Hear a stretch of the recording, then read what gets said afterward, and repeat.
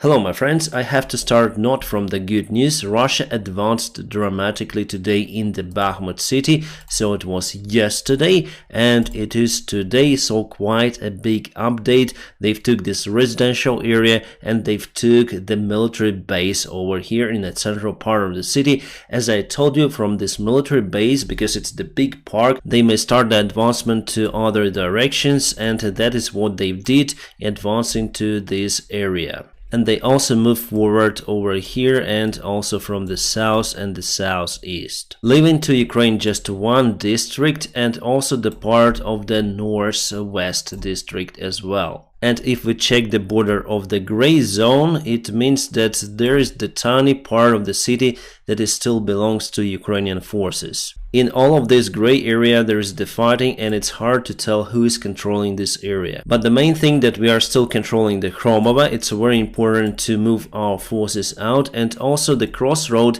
in the city. Wagners tried to advance towards that place but unsuccessfully, and today the leader of the Wagner forces, Prigozhin, confirmed that they were not able to take the crossroad in the city. And by using this road, Ukraine still got the supplies into the city. Alright, I'll delete this one, but there are also good news around Bakhmut. Gazprom, one of the biggest Russian corporations, decided to create their own private military army. They call it Potok, which you may translate as the flow. And what they did, they mostly took their security guards of Gazprom and sent them to the front lines as the volunteers. And Wagners now have the conflict with that private military army of Gazprom, maybe because potentially Gazprom has lots of the funds compared to the Wagner army and may displace them from this leadership of the private armies in Ukrainian war. So this private Gazprom army was blocked in some area near to the Bakhmut. I don't know where it happened, but it was the video recorded by the soldiers of this Gazprom. Well, they speak Russian and it will take lots of the time for us to listen and translate. In general, they say that they wanted to leave positions because of the heavy fire from Ukrainian side and no backup from the Russian side with artillery, but Wagners blocked them and said, go and fight or we'll shoot you. So now they're not able to leave the place. That is why they start to record the video to Putin. Yeah, very funny, but Wagners are also in a deep problem with the Bakhmut city. And before I tell you about it, I want to shout out the sponsor of this channel and also the long-term partner of mine, the Atlas VPN. And still, it's the best offer on the market and the best VPN service out there. Let me tell you why. After my first YouTube channel Polyblog was hacked a few years ago, I started to put my eyes close on securing of my digital data. I tried many VPNs and decided to stop on Atlas VPN. Basically, they have what I need: fantastic coding of the military standard data encryption, awesome speed. No matter what internet connection do I use, it has never been slowed down when I turn on the Atlas VPN. Actually, it's constantly on. I use it on my iPad, my iPhone and my laptop. And I can access that from the single account. They really have the good support of the multiple devices. I'm not the native English speaker, so then I want to study some English. I usually go to Netflix to watch the French series, but somehow it's not available here, so I switch the Atlas VPN on to watch my favorite series. They have fantastic dialogues, good for studying. By changing my virtual location using Atlas VPN, I may search also for the discounts on some of the services, for example, booking. For some of the countries they have huge discounts and I can choose whatever country I want. My friends, I highly recommend you to join the 3 years plan for just $199 per month and you'll have 82% of discount. That is what I got. There is no risk for you, my friends, because if somehow you won't like it, there is the option for 30 days money back guarantee. But I personally like it and I just can't imagine modern digital life without using VPN. And for me, the Atlas VPN is the best out there. Alright, some breaking news. While I'm recording this video, there were several explosions reported in St. Petersburg airport. Maybe that's the military airfield. So far I'm in lack of the information and we heard just the loud bang. I'll just turn on the sound. I hope you'll hear it.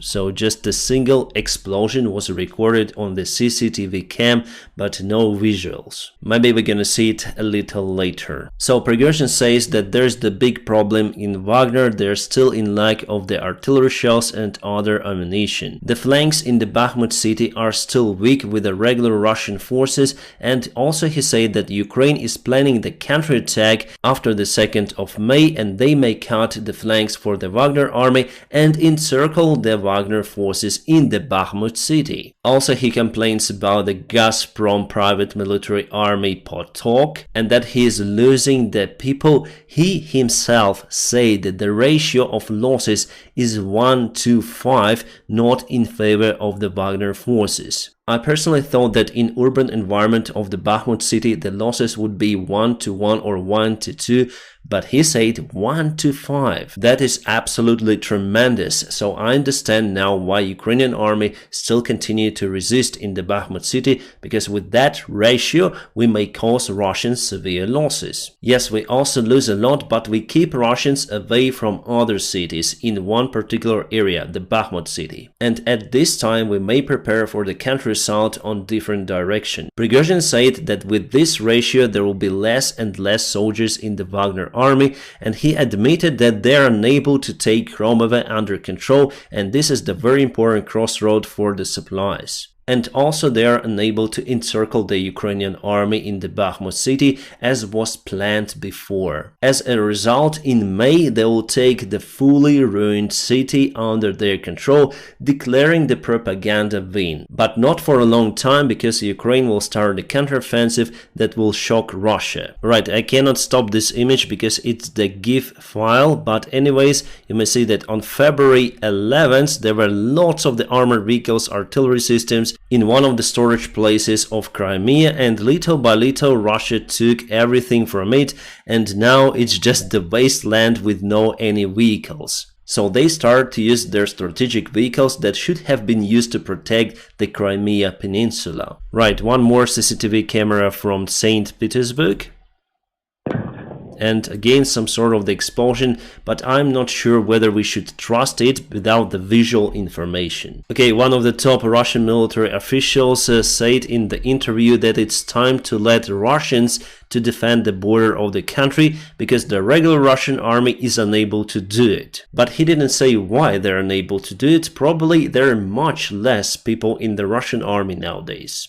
And let's go to Avdiivka, because Ukraine got some sort of the small counterattack in that area. So before it was like that, but today Ukraine gained that territory back. If you remember my yesterday's video, Russians tried to get to Novokalinovo over here, but were completely demolished. They took some sort of the ground, but forced to retreat, with lots of the losses. And today the Russian military bloggers, and one of them, the Strelkov, the war criminal, say that it's the big disaster in attempt to encircle Avdiivka, and he doesn't believe that Avdiivka will be encircled. And I also do not believe that Russia is capable to encircle that town. But what Russians also did today, they start to bomb the Antonovsky bridge across the Dnieper river. This bridge was already demolished, but they still fired their artillery towards the place. Unfortunately, some of the locals were at the crossroads near to Antonovsky bridge together with the international journalists, and unfortunately one of the locals lost his life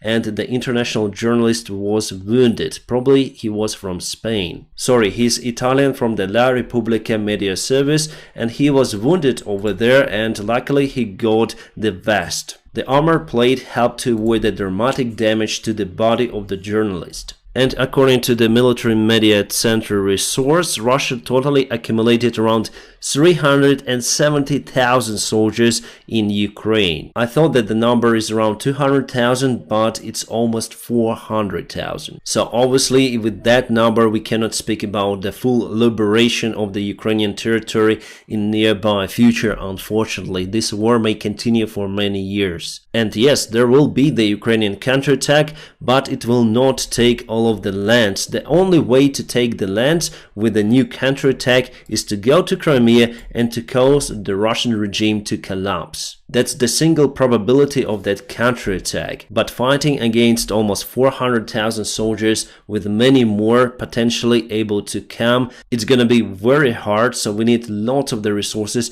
to liberate the Ukrainian territory. Like many times more that we have right now from our allies.